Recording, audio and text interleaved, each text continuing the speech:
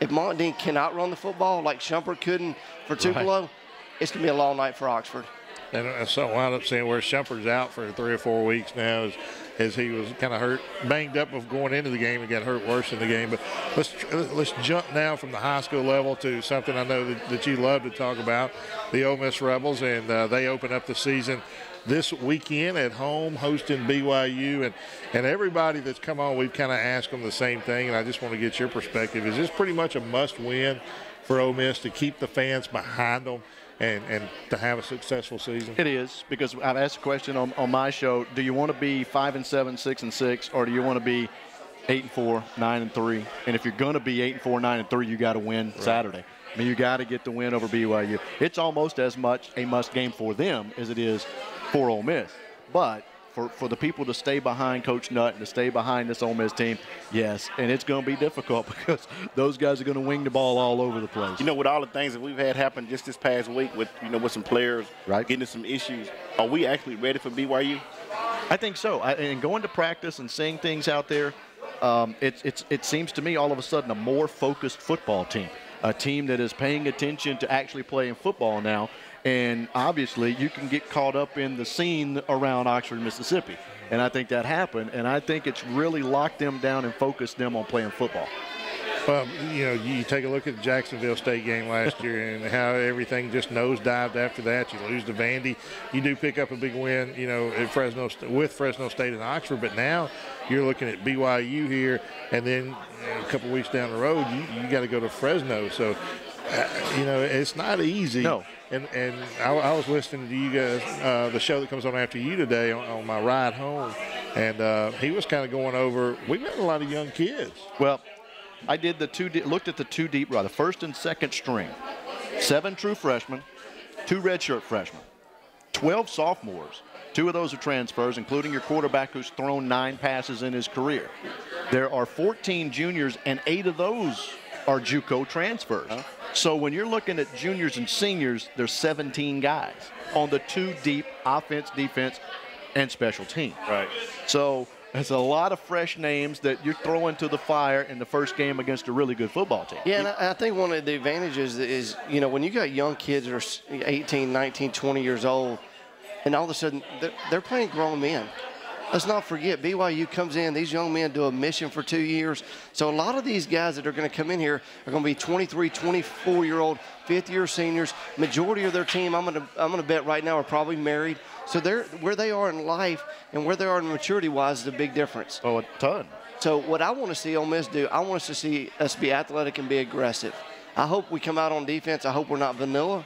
I hope we don't have to think a whole lot. And I don't mean that ugly. I hope we react and use our athleticism and go get the quarterback. Because if we let them sit back there and we get into a 2-deep zone, they're going to pick us apart. Well, anytime you bring we're going to have to be aggressive. Yeah, anytime you bring those schools in like that, they don't have anything to lose. I mean, they're going to come in, they're going to play hard. And I just don't want us to get to a point where we think that we don't play because we're trying to be conservative. We've got to go out there and we've got to get to a point where it doesn't matter who come in here, that we beat them. And I mean, when we beat them, we don't let up off of them. And we should have learned that lesson last year against Jacksonville when we, up 30-3 at the half, and we give up. And they come back and beat us. So, I've always believed this.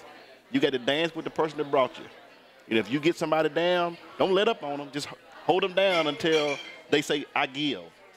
Yeah, and the one thing that does concern me, though, about BYU is if we do get down a little bit or if things just don't go right early, how will we react as young kids on the field? I know how BYU will react. We jump up on them, 10-0, 14-0. They've been there. How are we going to react if things don't quite go well? That would be the adversity that would be my concern going into the game. Well, that's why I'm glad it's in Oxford and it's not out there in Utah, because that would scare me. An early, quick BYU gets ahead, and they would steamroll, as Fred was just talking about. Now, here, hopefully we'll all be there early and loud and doing a lot of things so that it is a home field advantage for us, something that they don't see a lot in the games that they play. Right. And you take a look at Kentrell Lockett, some of those guys, some of the senior leaders, they're going to be the ones that are going to have to step up and say, hey, guys, we're down 10.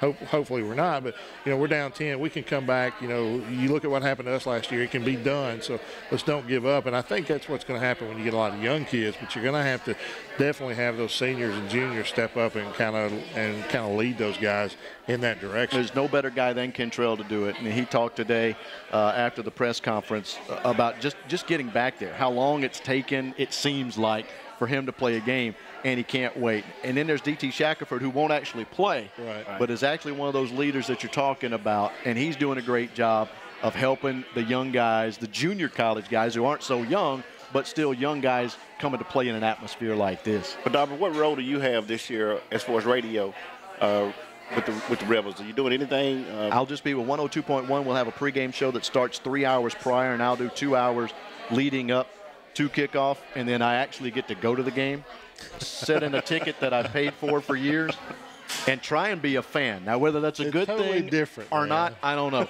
But I'm going to the Grove in postgame. I know that. Now, where are you guys going to be doing your pregame show from? Start with the studio this week, and then we could be on location somewhere after that, but in the studio this first week for sure. Gary, I'm gonna put you on the spot. I know these guys won't, but I'm definitely not afraid to. Give me a score this weekend. I think we win. And I think it's going to be in a 38-31 kind of mode. I think we're going to win a lot of those games. We're going to win a lot of high-scoring games. I just don't think that BYU's – and I could be way wrong. Again, y'all know I can be wrong a lot. I may be wrong, but I just feel like at the end of the game somewhere, it being here in Oxford is the difference. They're calling themselves the Y. How you compare yourself if you're BYU to the U of Miami, I don't know. They're calling themselves the Y. They're talking a lot of smack. And that's funny for me coming out of BYU. Right, I'm telling you. But, they're saying a lot of things. I don't think they're expecting truthfully what's here. And they may score late, I think, to get it to that. But I think it's going to be a high-scoring Ole Miss win. How many wins do we get? I think that gets us to 7. I think because what it does is you got Southern Illinois next, and then you get Vanderbilt. And I know we haven't beaten Vanderbilt very many times, and it's been a battle. But you got that game. You've got a Fresno game. I think even though on the road you're better than them. And then somewhere, Kentucky, Auburn, both of those teams have lost a lot, and I think we're good enough to beat them. Louisiana Tech comes up. And then I would like, finally, since most of my family are Mississippi State fans, that Ole Miss wins that last game of the year. So 6-6, 7-5. What big team do we have a chance to beat? Arkansas here at home. I'm not sold on Arkansas. Why? I don't know. I think they're supposed to have their best defense ever, but I'm just not sold on Arkansas. Maybe it's the pig. Well, that could be too. I don't know what it is, but I'm not sold on Arkansas. I'm not either. That's my Mississippi State. That's right. The team I love to hate. But hey, before we wrap it up, we're going to make an announcement here in just a little bit, but I'm going to go ahead and do it while you're here. Thanks to Gary Darby, the Sports Roundup now starting Monday night, starting on September the 12th. We're going to be broadcasting from right here at Irie's. Going to be kind of simulcasting, going live with you guys for 2 hours from 6 to 8 o'clock on Monday nights, and kind of keeps you guys with a little bit more local stuff, gives us a chance to expand. And I'm looking forward to getting to work with you a little bit more. It's been a while since we've worked together. Years. Hey, I'm looking forward to some of these guys calling in and talking about how all these bad calls they've been getting. And, they will. Trust me. they'll call in. Yeah, they will. Especially if they find out you were on the field. The first week you may look forward to it. The second week you may not. Might have phone issues. We'll make sure we put on the air every week where Fred Johnson is. There you go. We got to have some. But they want to go to a place where people making bad calls. Not where a game has been called good. All right. Well, Gary, man, we appreciate you joining us. And as the season goes, we're going to kind of bring you in, let you be our Ole Miss guy since you're going to be there in most of the games, and you got all that experience with Ole Miss. And I like to use, in other words, you're the old guy that's been around. And I can't say that. I'm older than you are. So. and he always got to say, I used to coach him. So that's why I like to work on this panel. They made me feel so young over here, man. I feel good. Patterson's the baby. But hey, Gary Darby with 102.1 Rep Talk Radio here in Oxford.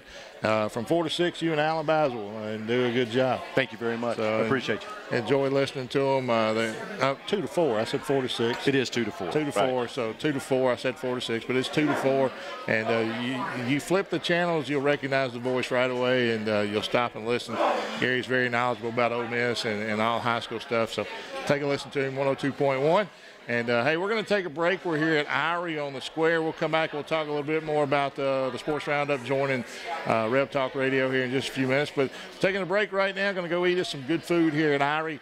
And we'll take a break back with more Sports Roundup from Irie on the Square right after this. Right now, we have one coming up, so that's a good review. Pizza Tracker lets you track your order at every stage on Domino's.com, and it lets you leave a review instantly. Tracker gives accountability. It lets you know if Jess is making your pizza, I'm Jess, and I'm making your pizza. So get our $5.99 deal and give us your review. What if more people saw the reviews? If more people in the store, or... Whoa! Are you kidding me? That is insane. Our reviews are up in Times Square, so order now and tell us how we did. I think that raises the bar just a little bit higher.